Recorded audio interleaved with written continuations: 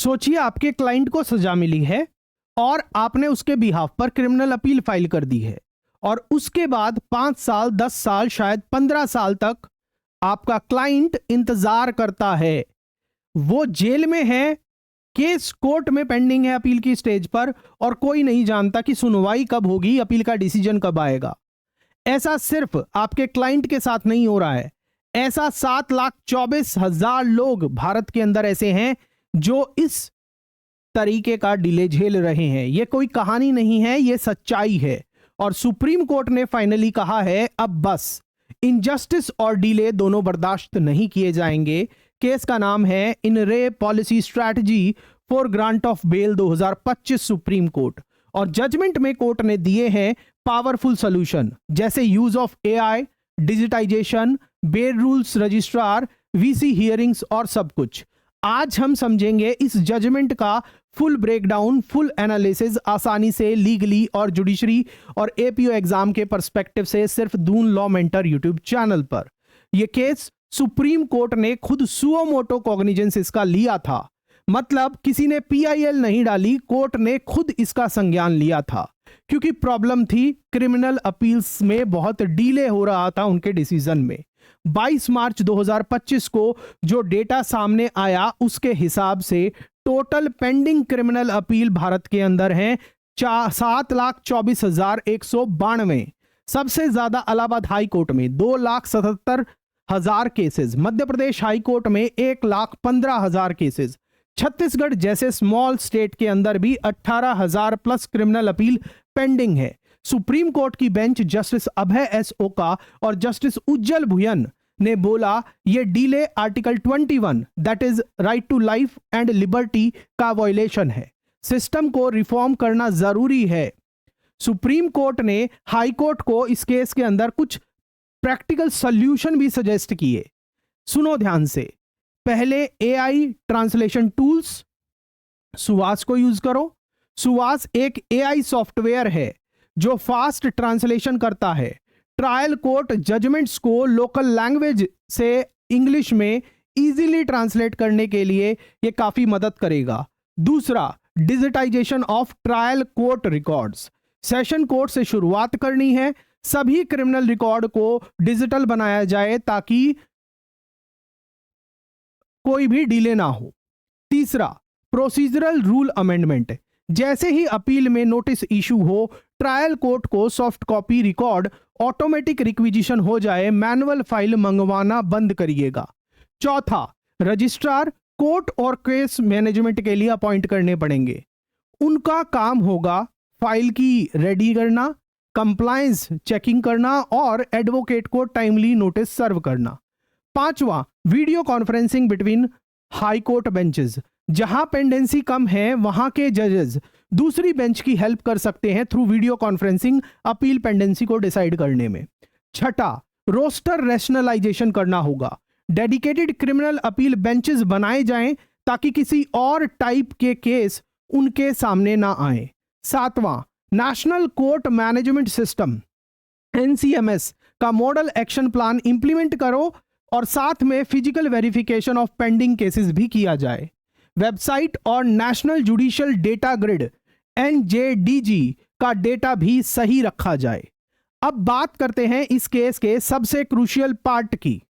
Section 430 भारतीय नागरिक सुरक्षा संहिता या सेक्शन 389 सीआरपीसी। सेक्शन 430 बीएनएसएस कहता है जब कोई कन्विक्ट को फिक्स टर्म सेंटेंस मिली हो और उसकी अपील पेंडिंग हो तो हाई कोर्ट को नॉर्मली उसको बेल दे देनी चाहिए। That person concerned must get the bail. Usually कोई एक्सेप्शनल रीजन हो, डिनायल ऑफ बोथ आर्टिकल, अगर कोई उस अनलेस कोई एक्सेप्शनल रीजन हो, denial of both article 21 violation माना जाएगा।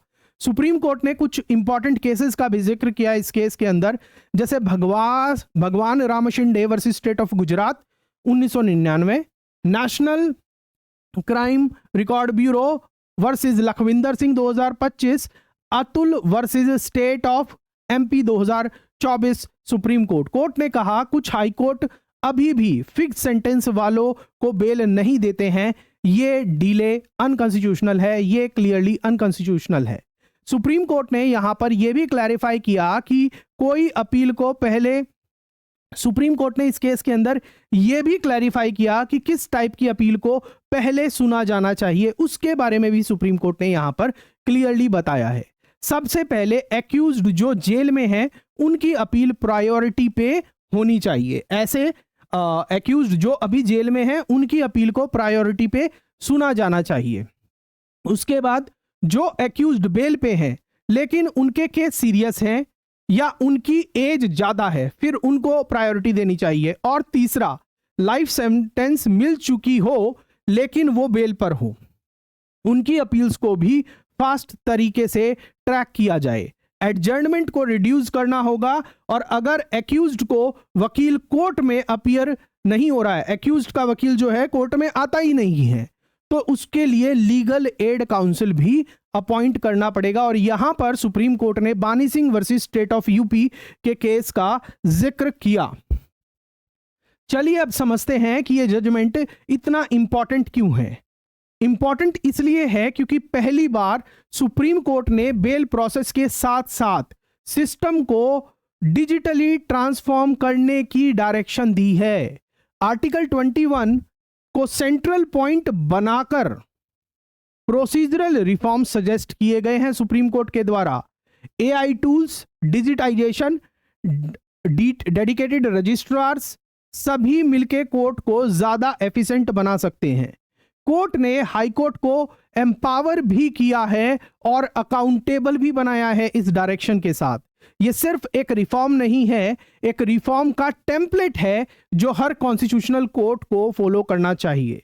अब बात करते हैं जुडिशरी एस्पिरेंट्स की, जुडिशरी एग्जाम एस्पिरेंट्स की। अगर आप judiciary, APO, UPSC law optional या फिर दूसरे लॉ एग्जाम में अपीयर हो रहे हो तो ये जजमेंट आपके लिए 2025 का बहुत ही इंपॉर्टेंट जजमेंट है, because it is related to article 21, दूसरा सेक्शन 430 ऑफ भारतीय नागरिक सुरक्षा संहिता या 389 of CrPC, NCMS model action plan, SUVAS AI tool और बेल प्रायोरिटी और प्रोसीजरल रूल्स के वजह से सब कुछ एक ही जजमेंट में कवर हो गया है। ऐसे हो, मेंस आंसर हो या फिर इंटरव्यू, ये केस आप कोट करिएगा जरूर। तो आज हमने क्या समझा? 7,24,000 पेंडिंग अपील हैं। जस्टिस सिस्टम पर प्रेशर तो होगा ही। सुप्रीम कोर्ट ने कहा अब AI, digitisation tools, voice video conferencing और रजिस्ट्रार लेवल रिफॉर्म्स का टाइम आ गया है। बेल देने में आपको लिबरल होना चाहिए, स्पेशली जब फिक्स्ड टर्म सेंटेंस है, मतलब सेक्शन 430 बीएनएसएस या 389 सीआरपीसी अप्लाई हो रहा है। ये जजमेंट एक मिशन है जस्टिस को फास्ट, फेयर और एक्सेसिबल बनाने का। जुडिशरी एस्पिरेंट्स के लिए केस सिर्फ करंट अफेयर्स नहीं, कॉन्स्टिट्यूशन, भारतीय नागरिक सुरक्षा संहिता, सीआरपीसी रिफॉर्म्स का कंप्लीट कैप्सूल है। अगर ये वीडियो आपको यूजफुल लगा हो तो लाइक का बटन दबाइए, अपने लॉ वाले फ्रेंड्स के साथ शेयर जरूर करिएगा, दून लॉ मेंटर चैनल को सब्सक्राइब जरूर करिएगा और कमेंट में बताना कि आपको आज का जो सुप्रीम कोर्ट ने जो हमने डिस्कस किया है, कौन सा सजेशन आपको सबसे ज्यादा इंपैक्टफुल लगा। बेल आइकन दबाना ना भूलिएगा ताकि अगला जो लीगल अपडेट है वो आपसे मिस ना हो। मिलते हैं आपसे नेक्स्ट सेशन में नए केस के साथ, नए रिफॉर्म्स के साथ। और अगर आप जुडिशरी, एपीओ, जेएलओ एग्जामिनेशन की तैयारी करना चाहते हैं और हमारे साथ पर्सनलाइज तरीके से तैयारी करना चाहते हैं तो आप हमारे कोर्सेज को हमारी वेबसाइट या फिर हमारी Android app Doon law mentor से ज्वाइन कर सकते हैं, एक्सप्लोर कर सकते हैं। मिलते हैं आपसे नेक्स्ट सेशन में। जय हिंद, जय न्याय। Thank you.